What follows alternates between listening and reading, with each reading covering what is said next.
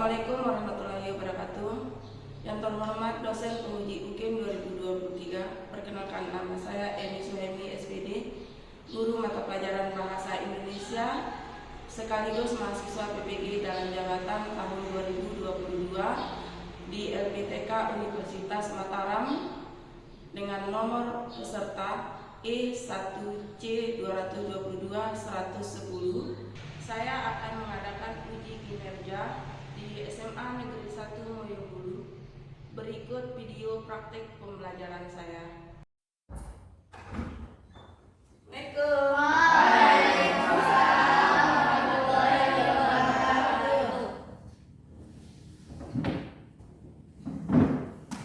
Hari ini baik. Sebelum kita mulai pelajaran, ada baiknya kita berdoa, minta tolong ketua kelas untuk memimpin doanya. Siap, Bro. Teman-teman, kita mulai belajar, marilah kita berdoa. Berdoa, baik.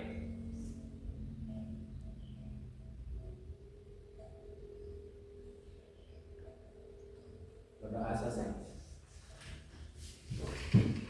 Biar ibu tahu anaknya ibu siapa saja yang tidak hadir. Bahasa dunia. Ya, Amelia. Hadir. Lisa. Hadir. Iksan. Cinta. Ya. Aprisa. Hadir. Rosalinda. Hadir. Tessa. Hadir. Muhammad Yakin. Hadir. Lisan. Hadir. Fahmi. Hadir. Yuanda. Hadir. Sispa. Hadir. Andra. Rizky Ramadan. Ramadhani. Lina. Hadir. Jadi materi kita hari ini adalah tentang karya ilmiah. Kemarin sudah dijelaskan apa itu karya ilmiah. Kemudian untuk apa karya ilmiah itu dibuat dan apa saja jenisnya. Nah, hari ini Ibu ingin ulang lagi nih. Siapa kira-kira di antara kalian yang masih ingat apa itu karya ilmiah? Ada? Ya, ulang. Karya ilmiah adalah serangkaian kegiatan penulisan yang berlandaskan pada hasil penelitian yang disusun secara sistematis, mengikuti metodologi ilmiah, dan bertujuan untuk mendapatkan jawaban ilmiah dari suatu permasalahan. Ya, jadi itu yang dinamakan dengan karya ilmiah. Karya ilmiah adalah hasil penelitian yang menggunakan metodologi sebagai pemecahan dari suatu permasalahan. Itu namanya karya ilmiah. Nah, sebelum lebih jauh, ada baiknya kita tahu dulu apa sih indikator kita pada hari ini, apa tujuan pembelajaran kita pada hari ini. Ibu akan bacakan.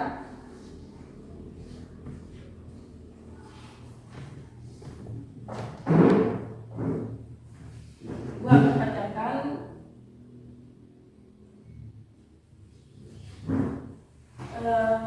kompetensi dasar kita dulu itu mengonstruksi sebuah karya ilmiah dengan memerhatikan sistematika dan kebahasaan karya ilmiah. Artinya kita di sini akan membuat.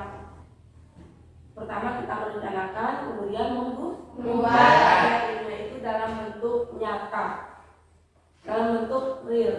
Seperti apa nanti tahapannya nanti kita akan bahas. Kemudian ada indikator pembelajaran kita hari ini adalah mengumpulkan bahan dan data dalam menciptakan karya ilmiah sederhana. Jadi bisa mengumpulkan bahan dan data itu bisa melalui wawancara, melalui observasi, dan lain-lain banyak sekali caranya. Kemudian menciptakan karya ilmiah ini yang tadi Ibu bilang mengonstruksi itu berarti kita merancang, kemudian membuat. Kemudian ada tujuan pembelajaran. Ya, melalui pembelajaran dengan menggunakan proyek seperti ini. Ini kan namanya proyek. Nah, kita praktek. Kita praktek untuk membuat karya ilmiah. Mengumpulkan bahan, kemudian menciptakan, itu namanya tujuan pembelajaran kita bisa tercapai pada minggu ini. Kemudian adapun KKM kita untuk materi ini, untuk teks karya ilmiah itu 75. Seperti teks yang lainnya pun 75 untuk mencapai nilai dasarnya kita nanti. Sampai di situ dulu dah. Semangat belajar, Bro. Semangat. Siswa ada semangatnya belajar ini dengan semangat enggak? Semangat. Alhamdulillah. Nah, sekarang kita bagi Kelompok. Kita belum tahu siapa kelompok kita, maka kita buka kejutannya. Ya. Apa tuh?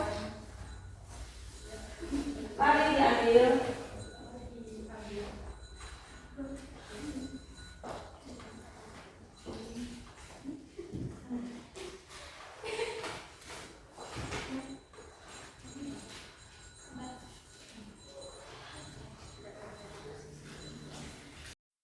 Semuanya sudah dapat hadiahnya masing-masing? Sudah. Aku ingin tahu nih, anggota kelompok 1 yang mana, anggota kelompok 2 yang mana? Coba dari Diana dulu. Tadi saya dapatnya ketua kelompok 1. Ya, apa artinya bacaannya di situ? Selamat Anda beruntung menjadi ketua kelompok 1. Nah, coba siswa. Saya sama. Selamat Anda beruntung menjadi anggota kelompok 1. Berarti Diana sama siswa itu sama-sama beruntung duduk berdampingan satu kelompok. Coba kita baca yang dua nih. Kalau saya, selamat Anda beruntung menjadi anggota kelompok 1. Ya, berarti nanti gabungnya di sini coba yang mana? Selamat Anda beruntung menjadi anggota kelompok 3. Nih. Nanti berarti anggotanya masih kamu cari yang dua kemana? Coba yang mana? Selamat Anda beruntung menjadi anggota kelompok 2. Ya, berarti bergabungnya bersama Kelompok kelompok dua. Itu kira-kira ya. Kemudian silakan baca, nanti kita ambil posisi di mana kelompok kita masing-masing. Baiklah, sebelum jauh melangkah, Ibu ingin membahas dulu. Siapa tahu kita lupa tentang materi minggu kemarin, Ibu ingin ulang lagi supaya sebelum berangkat ke tahap berikutnya, ada baiknya kita mengulas supaya kita sama-sama ingat. Dari masing-masing sudah mengetahui anggota kelompoknya. Sudah ya? Sudah. Belum? Sudah.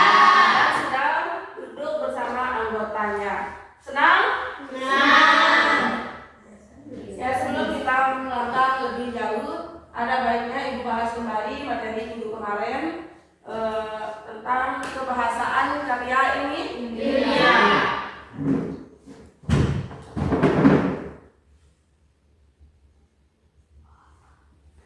Nampak kan?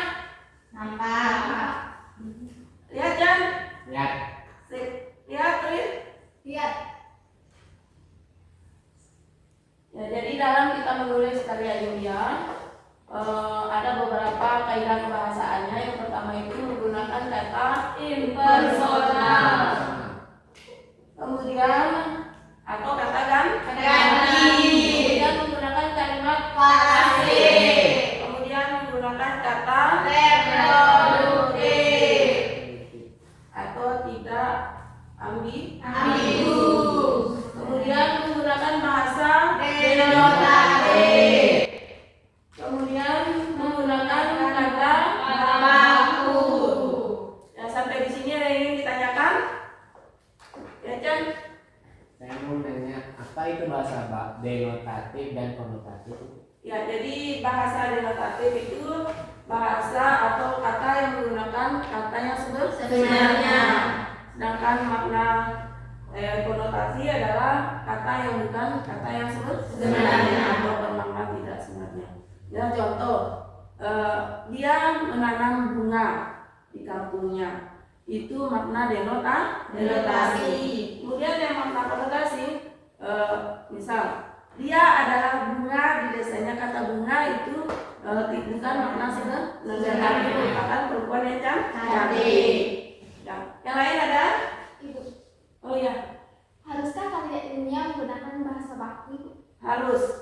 Karena standar kita menulis karya ilmiah itu menggunakan bahasa baku yang sesuai dengan ejaan yang disempurnakan dan sesuai dengan Kamus Besar Bahasa Indonesia. Benar ya? Jadi semua tidak boleh menggunakan bahasa yang sehari-hari yang tidak sesuai dengan kamus. Baiklah, dibagikan lembar kerja peserta didik. Silakan, ada soalnya di sana, kemudian silakan dijawab. Silakan tahap-tahapnya pun ada di sana. Selesai ini ibu akan periksa, ya.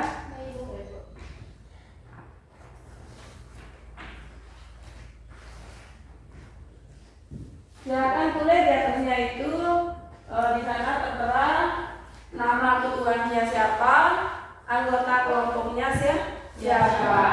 Nah, untuk mencapai hasil yang maksimal, ada baiknya setiap anggota kelompok harus aktif. Paham? Bisa dikerjakan? Bisa.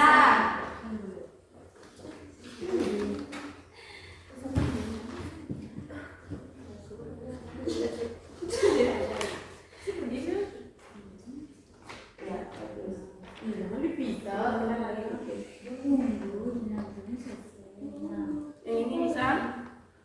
Bisa ya. Turunkan, coba cari. Turunkan. Oke. Manusia sih lagi. Ya. Sip.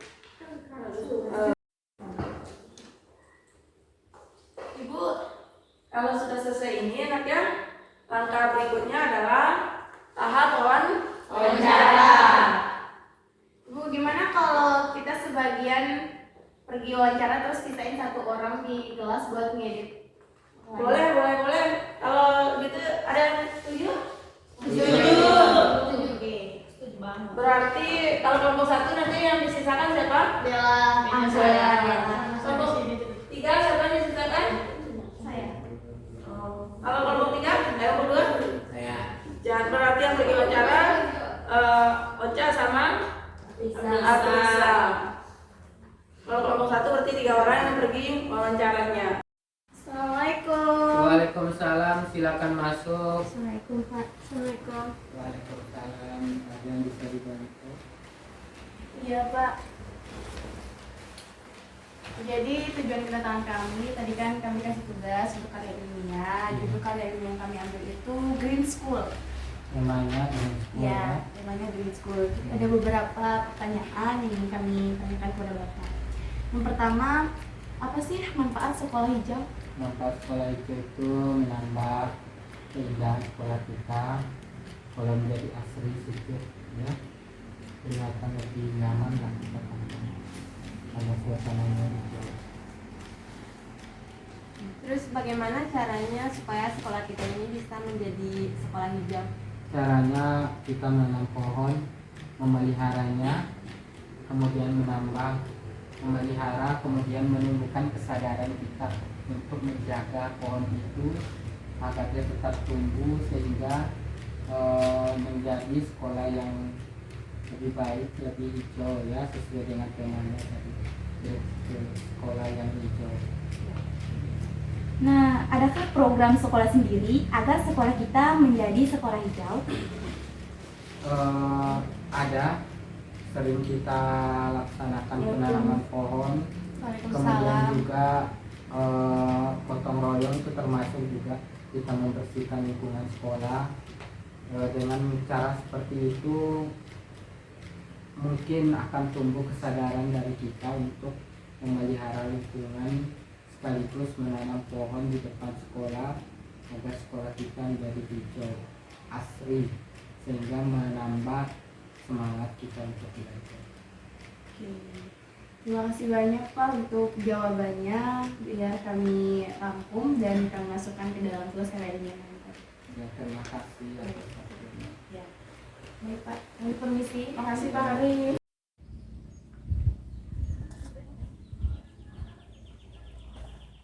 Selamat siang Ibu. Selamat siang. Ada yang bisa saya bantu? Iya Ibu, di sini kami ingin melakukan wawancara terkait dengan aparat yang melakukan gotong royong dengan masyarakat. Oke. Jadi sebenarnya bisa kita duduk. Boleh, silakan. Terima kasih. Oke.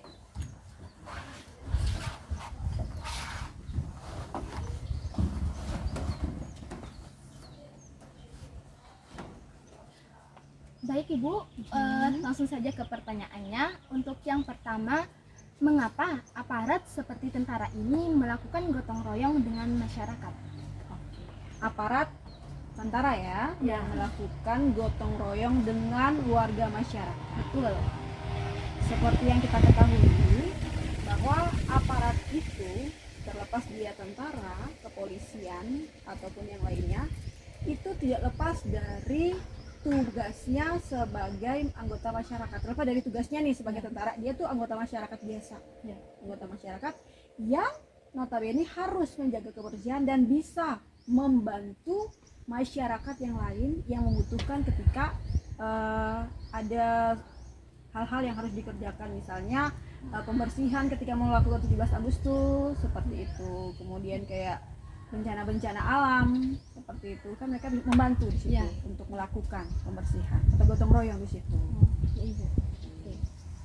Untuk pertanyaan selanjutnya, apakah gotong royong ini menjadi tugas utama seorang tentara?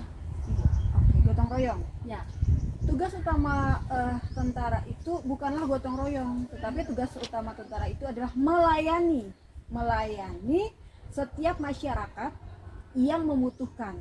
Ketika ada pihak masyarakat atau misalnya kepala RT RW setempat yang misalnya rumahnya ada terjadi kebakaran atau ada terjadi musibah apalah, itu kan secara tidak langsung aparat, tentara, kepolisian dan lain sebagainya membantu. Jadi bukan tugas utamanya, tetapi mereka membantu. Tugas utama tentara itu adalah melayani masyarakat. Terlepas dari apapun ya. Bu, sepengetahuan saya, tugas utama tentara itu kan berperang. Mengapa mereka tidak berperang melawan teroris? Oke, tugas utama seorang tentara itu memang berperang, ya, berperang. Jadi kenapa dia tidak berperang melawan teroris? Jadi yang namanya instansi itu kan pasti ada sistem keamanannya nih. Di situ ada aparat itu ada kepolisian, ada tentara.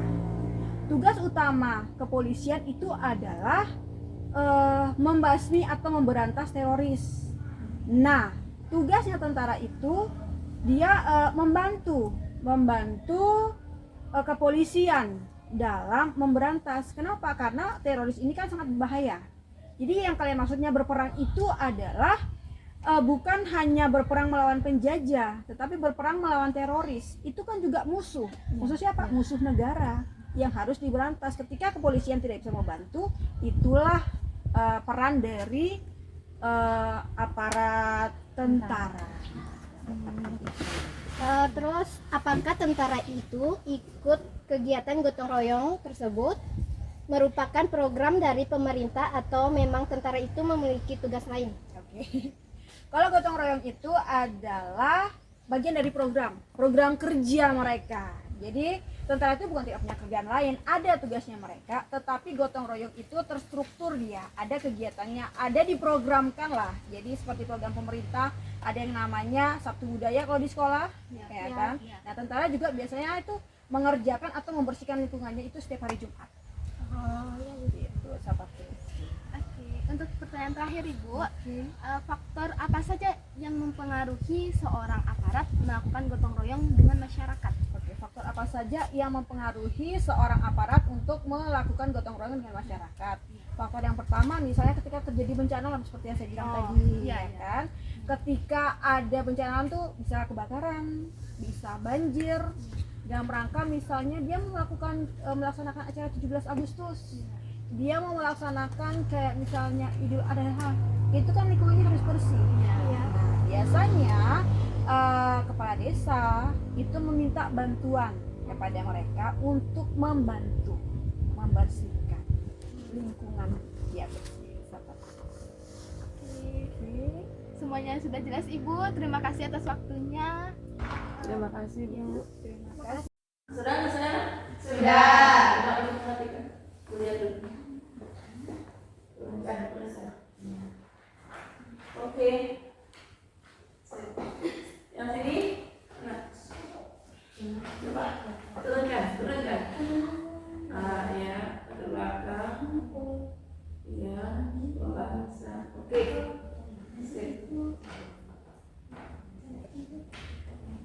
Kalau kelompok 3 sudah Ibu. Untuk pembahasan coba sampai bawah.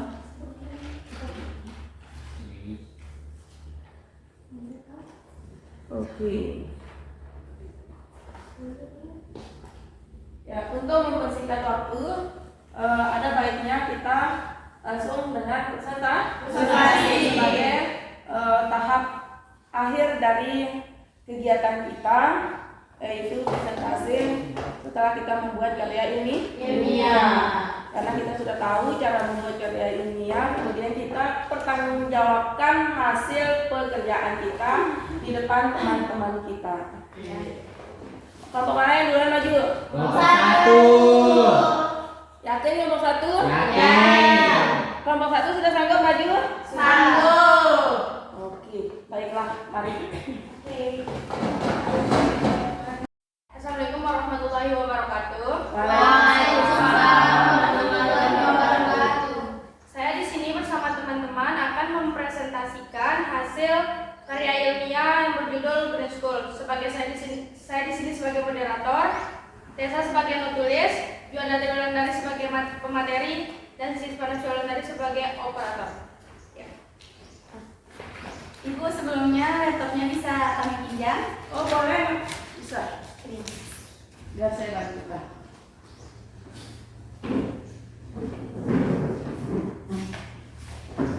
Baik, di sini saya sebagai pemateri yang akan menjelaskan hasil dari karya ilmiah kami. Kami mengangkat judul yaitu Green School, di mana karya ilmiah ini bertujuan untuk mengeksplorasi peran dan manfaat sekolah hijau dalam pendidikan lingkungan. Sekolah hijau adalah konsep pendidikan yang berfokus pada pengintegrasian pendidikan lingkungan ke dalam kurikulum dan kehidupan sehari-hari di sekolah. Melalui pendekatan ini, sekolah hijau bertujuan untuk memberikan pengetahuan, kesadaran, dan keterampilan kepada siswa tentang isu-isu lingkungan, keberlanjutan, dan cara-cara untuk menjaga dan melindungi alam. Karya ilmiah ini akan melibatkan studi literatur tentang konsep sekolah hijau, pendidikan lingkungan, dan praktek terbaik dalam implementasi sekolah hijau di berbagai negara. Selain itu, data akan dikumpulkan melalui wawancara dengan guru, siswa, dan staf sekolah yang terlibat dalam program sekolah hijau. Nah, dari latar belakang tadi, kami sudah mewawancara beberapa narasumber yang kami merangkum hasil wawancara kami. Yang pertama ada terkait tentang manfaat dari sekolah hijau. Seperti yang kita ketahui bahwa sekolah hijau ini sangat bermanfaat bagi pendidikan dan kelangsungan lingkungan di sekolah. Karena dengan adanya sekolah hijau akan menambah keasrian sekolah, membuat lingkungan sekolah menjadi lebih indah dan membuat aura positif bagi kita pelajar. Untuk yang kedua, cara agar sekolah kita bisa menjadi sekolah hijau yaitu dengan adanya kesadaran dari masyarakat yang ada di lingkungan sekolah untuk menanam pohon, menanam bunga, merawatnya, serta menjadikan semua tanaman yang ada di sekolah lebih berkembang lagi agar sekolah bisa menjadi sekolah yang asli. Lalu yang terakhir, adakah program sekolah sendiri agar sekolah kita menjadi sekolah hijau? Tentu karena sekolah hijau ini sangatlah berdampak positif bagi lingkungan, dikarenakan dengan adanya sekolah hijau maka membuktikan bahwa kita mampu menjaga lingkungan dengan adanya sekolah hijau ini. Mungkin sekian dari presentasi kami hari ini. Saya kembalikan ke moderator. Ada yang ingin ditanyakan dari kelompok lain? Saya ingin bertanya tentang yang telah dijelaskan tadi. Bisakah program sekolah hijau itu atau Green School itu diterapkan di sekolah kita ini? Jawabannya tentu saja bisa, karena kembali lagi kita melihat sendiri lingkungan sekolah kita sudah banyak sekali pepohonan. Dengan adanya pepohonan ini tentu kita bisa menjadi salah satu sekolah hijau yang ada di Kabupaten Sumbawa. Ya, tepuk tangan untuk sekolah hijau. Kelompok lain mungkin? Saya seperti apakah Green School itu dan sekolah mana saja yang dapat menerapkan Green School tersebut? Oke, kalau seperti apa Green School itu? Tentu saja Green School itu bukan bukan hanya sekolah yang memiliki banyak pepohonan maupun tumbuhan, tapi juga sekolah yang bisa menjaga dan melindungi tanaman yang ada di sekolahnya. Itu adalah green school. Terus sekolah mana saja yang termasuk kepada green school sendiri? Kalau setahu kami ada SMA 3 Sumbawa dan SMA 1 Muehulu juga sebenarnya sudah masuk definisi sekolah hijau, namun sekolah kita belum diterapkan secara sistematika pengelolaan green school tersebut. Oke, kasih tepuk tangan. Ya, mungkin sekian yang bisa kami sampaikan. Terima kasih. Mohon maaf jika ada kesalahan. Wassalamualaikum warahmatullahi wabarakatuh. Waalaikumsalam.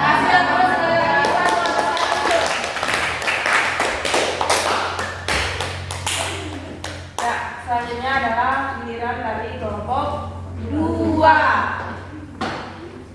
Stop. Inilah presentasi dari kelompok 2. Mari kita simak baik-baik hasil kerja kelompoknya. Assalamualaikum warahmatullahi wabarakatuh. Waalaikumsalam warahmatullahi wabarakatuh. Perkenalkan, kami dari kelompok 2. Kami akan mempresentasikan hasil karya ilmiah kelompok kami. Perkenalkan, nama saya Keisha Medianita sebagai moderator. Saya Rizky Ramadhani sebagai pemateri dan saya Wina Fiona sebagai penulis. Mari, silakan. Mungkin siswa bisa langsung.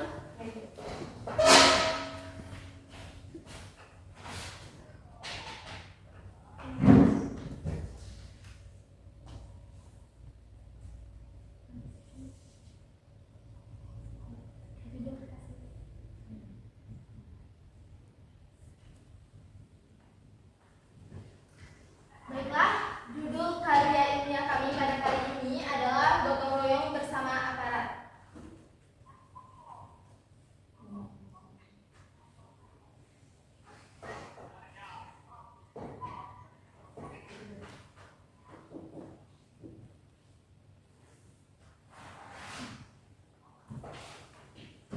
Di bab 1 ada pendahuluan, yaitu A. Latar belakang masalah. Gotong royong merupakan suatu kegiatan sosial yang menjadi ciri khas dari bangsa Indonesia dari zaman dahulu kala hingga saat ini. Rasa kebersamaan ini muncul karena adanya sikap sosial serta rasa tata pamrih dari masing-masing individu untuk meringankan beban yang sedang dipikulnya. Hanya di Indonesia ini, kita dapat menemukan sikap gotong royong ini dikarenakan di negara lain masyarakatnya cenderung acuh tak acuh terhadap lingkungan sekitar. Ini merupakan sikap positif yang harus selalu dijaga dan dilestarikan agar bangsa Indonesia menjadi bangsa yang kokoh dan kuat di segala hal karena didasari oleh sikap saling bahu-membahu antara satu dengan yang lainnya. Secara lebih rinci, gotong royong berarti bekerja bersama-sama untuk mencapai suatu hasil yang didambakan. Sikap gotong royong adalah bekerja bersama-sama dalam menyelesaikan pekerjaan dan secara bersama-sama menikmati hasil pekerjaan tersebut secara adil. Atau suatu usaha atau pekerjaan yang dilakukan tanpa pamrih dan secara sukarela oleh semua warga menurut batas kemampuannya masing-masing. Oke, berdasarkan hasil wawancara kami dengan narasumber, kita dapat mengetahui bahwa sikap gotong royong yang dilakukan oleh aparat ini merupakan salah satu dari program kerja aparat itu sendiri. Dan juga kita dapat mengetahui bahwa aparat di sini turut membantu serta masyarakat, baik yang dilakukan secara dengan adanya adanya bencana alam seperti banjir atau longsor maupun kebakaran yang terjadi di sekitar warga. Terima kasih. Ya, sekarang kami akan membuka sesi pertanyaan. Saya mau bertanya, bagaimana hasil dari penelitian yang sudah kalian lakukan? Oke, seperti yang kita ketahui bahwa penelitian yang kita lakukan itu, kita dapat mengetahui bahwa aparat ini melakukan kegiatan gotong royong dikarenakan gotong royong itu masuk dari dalam salah satu program kerja dari aparat itu sendiri. Terima kasih. Seperti apa hasil pekerjaan aparat dan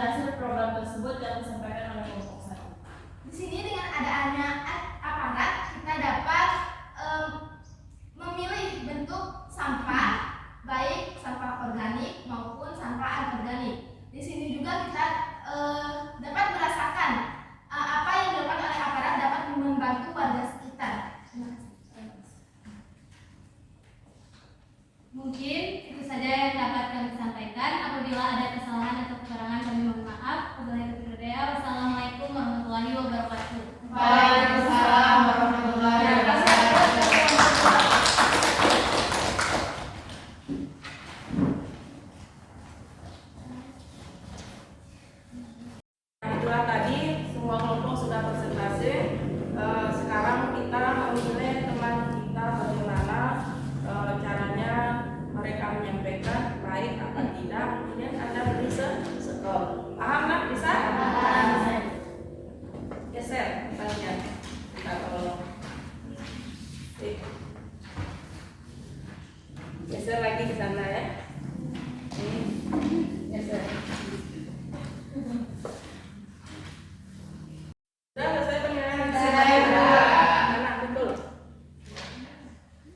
Iya.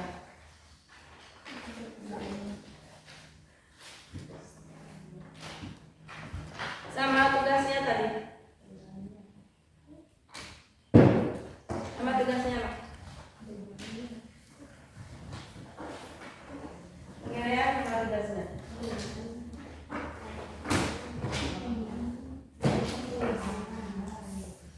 Ya, sebelum pembelajaran berakhir, setelah kegiatan pertama sampai terakhir, mungkin anak-anak sedikit lelah. Lelah? Bagaimana kalau kita terus semangat? Ya, mari 1, 2, 3.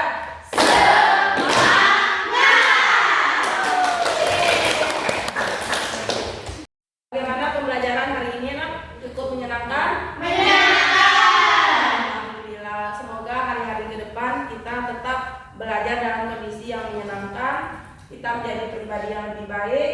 Kita menjadi manusia yang lebih baik lagi dari sebelumnya, optimis menghadapi hari-hari yang akan datang. Kemudian kita tetap bersemangat dalam belajar. Itu yang penting. Sebelum pembelajaran saya akhiri, ada baiknya kita berdoa supaya kita bisa selamat dunia dan akhirat. Ya, kita tolong. Duduk siap gerak, teman-teman. Kita mengakhiri pembelajaran kita pada hari ini. Marilah kita tutup dengan berdoa bersama-sama. Berdoa. Baik.